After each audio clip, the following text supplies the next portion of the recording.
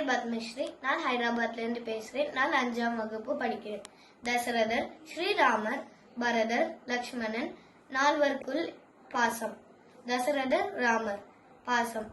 தந்தை சொல்மிக்க மந்திரம் இல்லை என்பது போல தந்தை சொன்னதும் அரசர் பதவியை துறந்து வனவாசம் சென்றார்.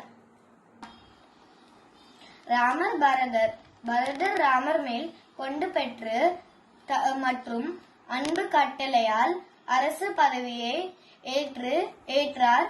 தன் அண்ணனின் பாத திருவடியை அரையணையில் வைத்து அரசாட்சி செய்து வந்தார். ராமர் மட்டுமே காட்டுக்கு செல்ல வேண்டும்.